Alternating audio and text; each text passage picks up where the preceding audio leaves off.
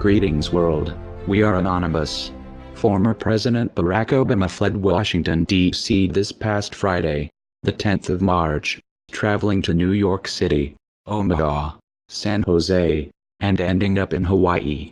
All occurring within 36 hours while he sought elite allies to defend him, and keeping him the head of investigators from the Financial Crimes Enforcement Network of the U.S. Department of the Treasury, seeking to interview him about one of the largest drug busts in American history occurring in the Caribbean aboard a fishing vessel named the Lady Michelle, nearly immediately upon taking office as President Donald Trump's Attorney General, Jeff Sessions, as head of the U.S. Department of Justice, was handed a top-secret file by Federal Bureau of Investigation Director James Comey, detailing the nearly two-decade-long crimes of 12 current and former security and intelligence officers belonging to the Transportation Safety Administration who for at least 18 years under both the Bush and Obama regimes had smuggled into the United States at least $100 million worth of cocaine.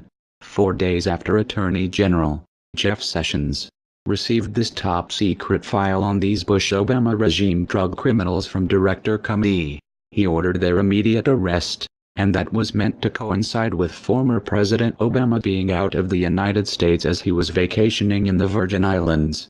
Upon their learning that Attorney General Jeff Sessions had ordered the arrest of this Bush-Obama regime TSA criminal drug ring, accomplices of former President Obama vacationing with him in the Virgin Islands attempted to contact a Guyana national named Mohammed Natsim Hossein, whom the SVR had previously identified as being an organizational member of the Islamic terror group known as the Muslim Brotherhood, and that President Trump is now preparing to name as a terror organization too. Mohammed Natsim Hossein was unable, however, to be contacted by former President Obama accomplices as the fishing vessel he was the captain of, named the Lady Michelle, was dead in the water about 70 miles off Paramaribo, in international waters after all of its electronics had been disabled by U.S. Navy A-6B Prowler electronic warfare aircraft, and that shortly afterwards, on the 16th of February, it was boarded by the U.S. Coast Guard who discovered over 4 tons of cocaine valued at $125 million and was the largest U.S. drug bust in the Caribbean since 1999.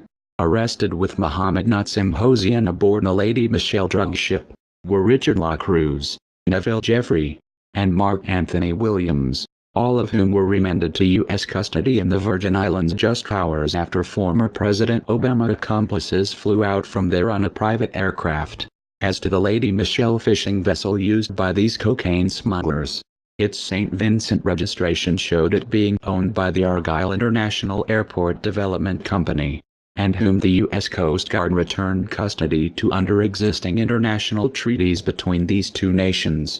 Critical to note about the Argyle International Airport Development Company, though, is that its sole business is the Argyle International Airport on St. Vincent, whose first ever flight into was on the 14th of February by a private charter aircraft from Mexico, and that upon this charter plane's arrival, the Lady Michelle was in port awaiting departure, and whose real purpose has long been suspected to be for smuggling purposes.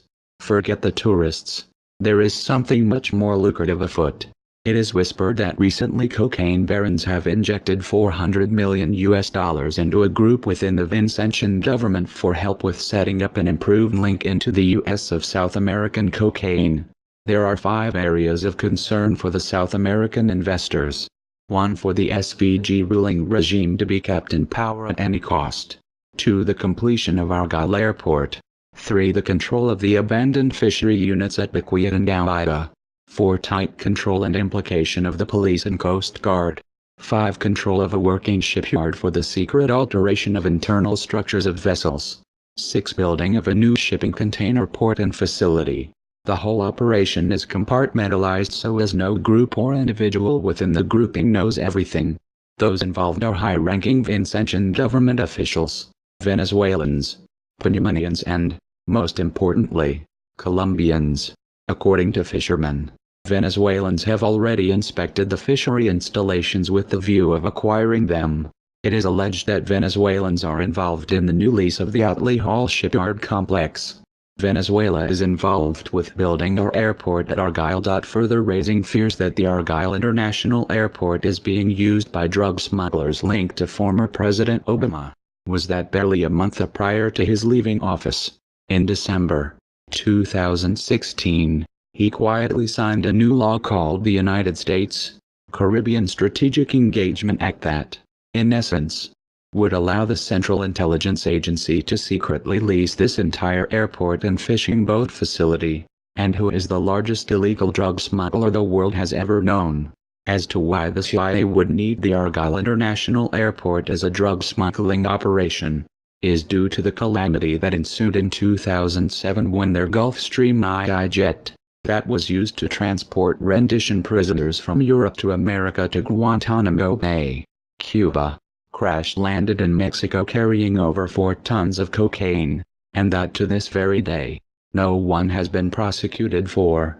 The CIA's involvement with drug smuggling has long been known, and as the Huffington Post noted in their 2014 article titled Key Figures in CIA Crack Cocaine Scandal begin to come forward that, in part, said, with the public in the US and Latin America becoming increasingly skeptical of the war on drugs, key figures in a scandal that once rocked the Central Intelligence Agency are coming forward to tell their stories in a new documentary and in a series of interviews with the Huffington Post.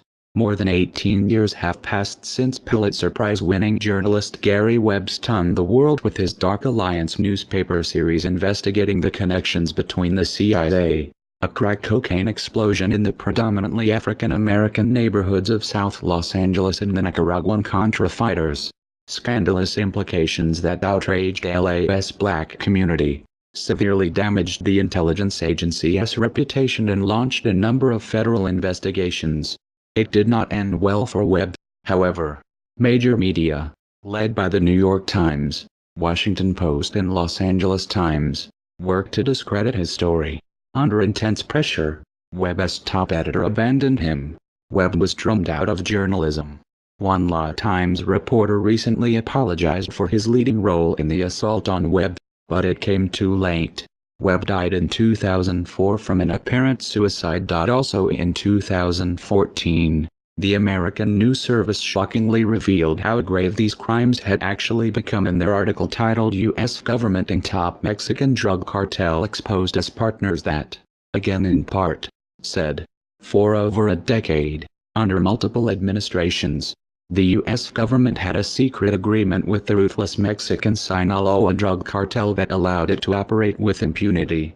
An in-depth investigation by a leading Mexican newspaper confirmed this week, in exchange for information and assistance in quashing competing criminal syndicates, the Bush and Obama administrations let the Sinaloa cartel import tons of drugs into the United States while wiping out Sinaloa competitors and ensuring that its leaders would not be prosecuted for their long list of major crimes. Other revelations also point strongly to massive but clandestine U.S. government involvement in drug trafficking.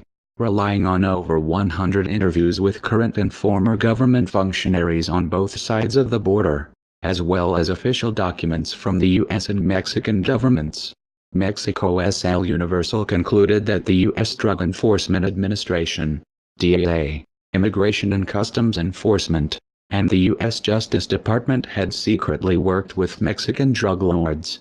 The controversial conspiring led to increased violence across Mexico, where many tens of thousands have been murdered in recent years, the newspaper found after its year-long probe.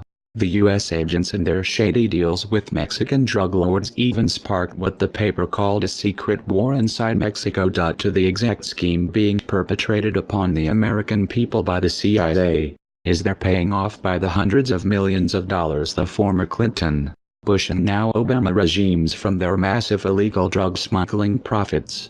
But that President Trump doesn't care about, as he is already worth billions of dollars, has never drank, done drugs, or smoked, and whose actions in the past fortnight alone have cost these evil monsters over $200 million, leaving no one in the Kremlin wondering why he is so hated by these elite criminals and their mainstream propaganda media lies alike. We are anonymous. We are legion. We do not forgive. We do not forget. Expect us.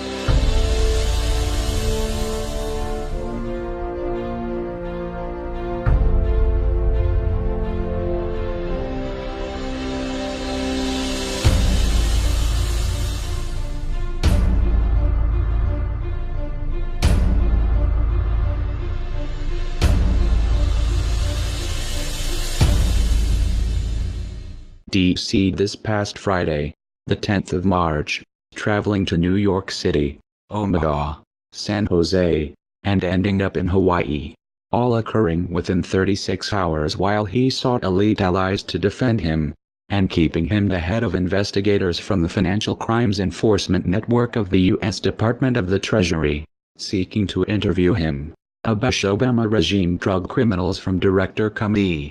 He ordered their immediate arrest, and that was meant to coincide with former President Obama being out of the United States as he was vacationing in the Virgin Islands.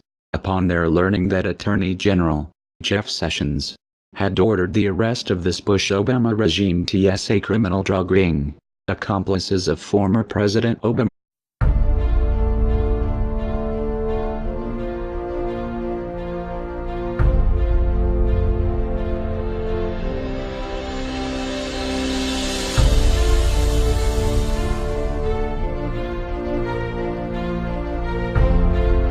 Greetings world, we are anonymous. Former President Barack Obama fled Washington decade-long crimes of 12 current and former security and intelligence officers belonging to the Transportation Safety Administration who for at least 18 years under both the Bush and Obama regimes had smuggled into the United States at least $100 million worth of cocaine. 4 days after Attorney General Jeff Sessions received this top-secret file on these about one of the largest drug busts in American history occurring in the Caribbean aboard a fishing vessel named the Lady Michelle. Nearly immediately upon taking office as President Donald Trump's Attorney General, Jeff Sessions, as head of the U.S. Department of Justice, was handed a top-secret file by Federal Bureau of Investigation Director James Comey, detailing the nearly 2 decades